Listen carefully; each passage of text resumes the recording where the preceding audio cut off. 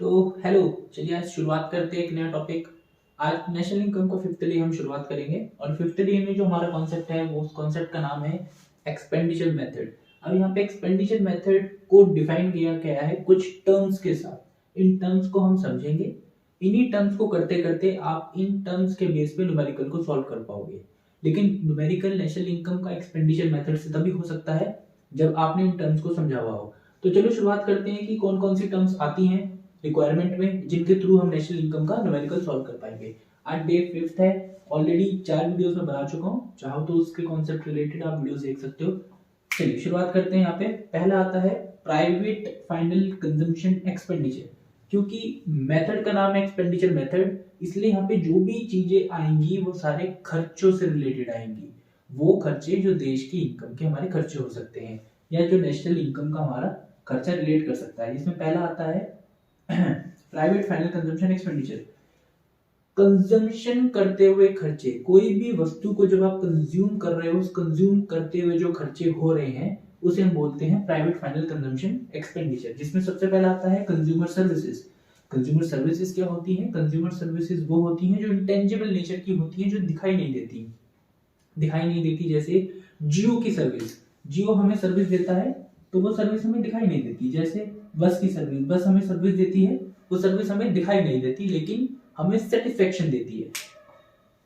Then यहाँ पे second आता है ड्यूरेबल गुड्स। ड्यूरेबल गुड्स क्या होते हैं? जो लंबे समय तक चलते हैं, जो 4 से 5 साल चलते हैं, 6 साल चलते हैं, 10 साल चलते हैं। जैसे आपका कार हो गया, आपका टीवी हो गया, आपका वीडियो गेम हो गया, आपके वॉशिंग मशीन हो गई। These are the part of the durable goods. Non durable goods कौन से होते हैं? नॉन ड्यूरेबल गुड्स वो होते हैं जो कुछ छोटे समय के लिए चलते हैं, जैसे बुक्स, टेबल, चेयर, आपका mobile phone are the part of non durable goods.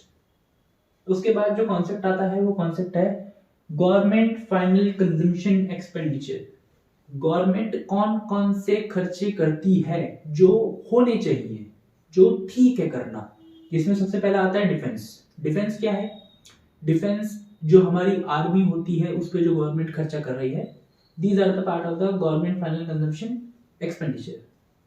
उसके बाद आता है इन्वेस्टमेंट एक्सपेंडिचर, कि कौन कौन से ऐसे खर्चे हैं जहां पे गवर्नमेंट इन्वेस्ट करके खर्चा कर रही है। Investment are the part of that expenditure जहां से आपको रिटर्न आना होता है, जहां पे आप पैसा लगाते हो लेकिन उसके बदले आपको कुछ रिटर्न आ जाता है। जैसे यहाँ पे 2 प्रकार से है, पहला है फिक्स इन्वेस्टमेंट, दूसरा है इन्वेंटरी इन्वेस्टमेंट। ओके, अब ये फिक्स इन्वेस्टमेंट क्या है थोड़ा ध्यान से देखते हैं। फिक्स इन्वेस्टमेंट 3 प्रकार से हो सकता है, ये 3 कैटेगरी में है। जिसमें सबसे पहला है बिजनेस फिक्स्ड एक्सपेंडिचर या बिजनेस फिक्स्ड इन्वेस्टमेंट। ये वो खर्चे हैं जो गवर्नमेंट अपना कोई बिजनेस शुरू कर सकती है, कोई फैक्ट्री शुरू कर सकती है, कोई इंडस्ट्री शुरू कर सकती है। These are the those expenses. Then next है fixed investment by household. Fixed investment by household are the part of जो घरेलू खर्चे कर रही है गवर्नमेंट हम जैसे लोगों के लिए, आम जनता के लिए। देन लास्ट है public fixed investment by government. Public fixed investment जैसे रोड, डैम्स, ब्रिजेस जो भी बनवाए गए हैं गवर्नमेंट के द्वारा, these are the public fixed investment by government. Then उसके बाद आता है इन्वेंटरी इन्वेस्टमेंट। ये 3 प्रकार से है, पहला रॉ मटेरियल, दूसरा सेमी फिनिश गुड्स जिसको आप इंटरमीडिएट गुड्स भी बोल सकते हो, और तीसरा है final goods. Raw material goods क्या होते हैं? रॉ मटेरियल वो चीज होती है जो आप गुड्स बनाने से पहले आप चीजों को इस्तेमाल करते हो, उसे हम बोलते हैं रॉ मटेरियल। इंटरमीडिएट वो होती है जो सेकंड स्टेज पे वस्तु पहुंच जाती है या गुड्स पहुंच जाते हैं, उसे हम बोलते हैं intermediate goods. Then third final goods, these are goods which are ready to sell to the customers. Then last net export. Net export का मतलब है पूरे साल भर में हमारी गवर्नमेंट ने कितना एक्सपोर्ट किया, जिसका फॉर्मूला है एक्स का मतलब है एक्सपोर्ट, आई का मतलब है इंपोर्ट। एक्सपोर्ट माइनस इंपोर्ट, जो इससे बैलेंस बचेगा उस बैलेंस को हम क्या बोलेंगे? Net export. अगर एक्सपोर्ट का बैलेंस बचता है तो उसको आप ऐड करके चलोगे, अगर इंपोर्ट का बैलेंस बचेगा तो उसे आप लेस करके चलोगे। इसी प्रकार के न्यूमेरिकल्स आपको क्वेश्चंस में नेशनल इनकम के मिलेंगे।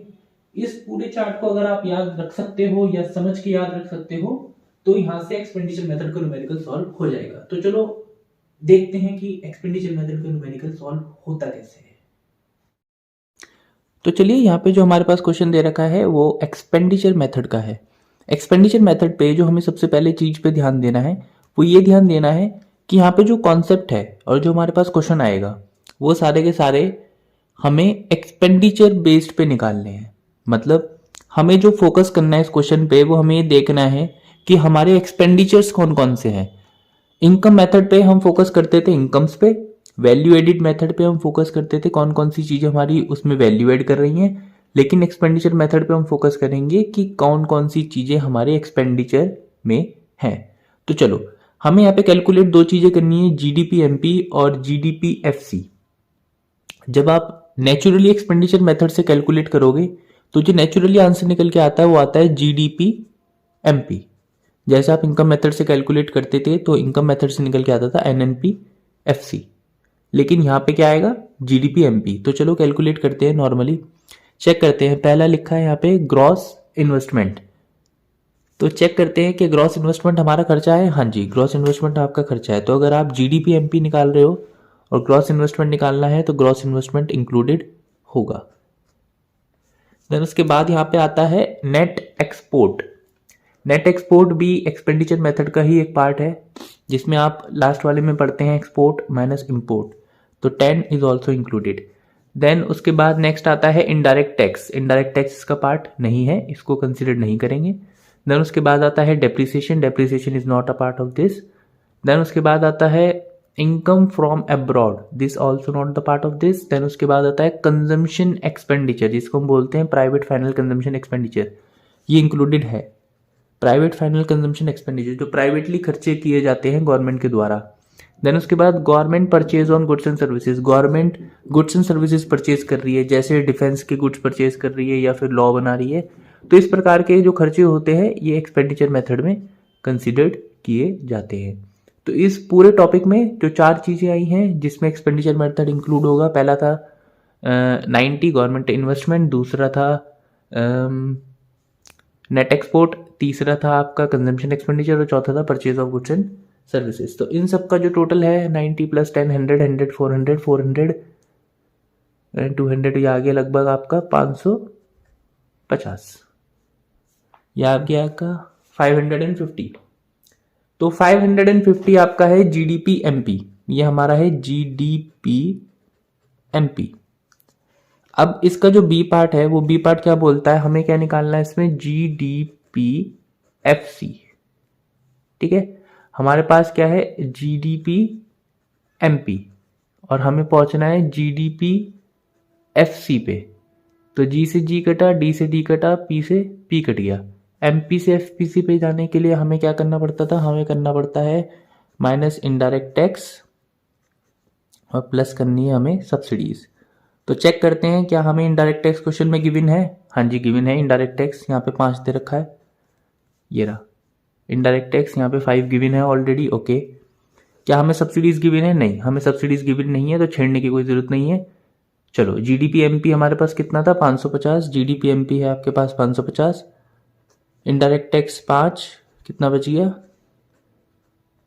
545।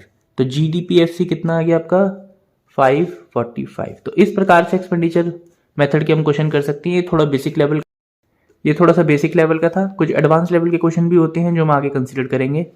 सो तब तक थैंक यू।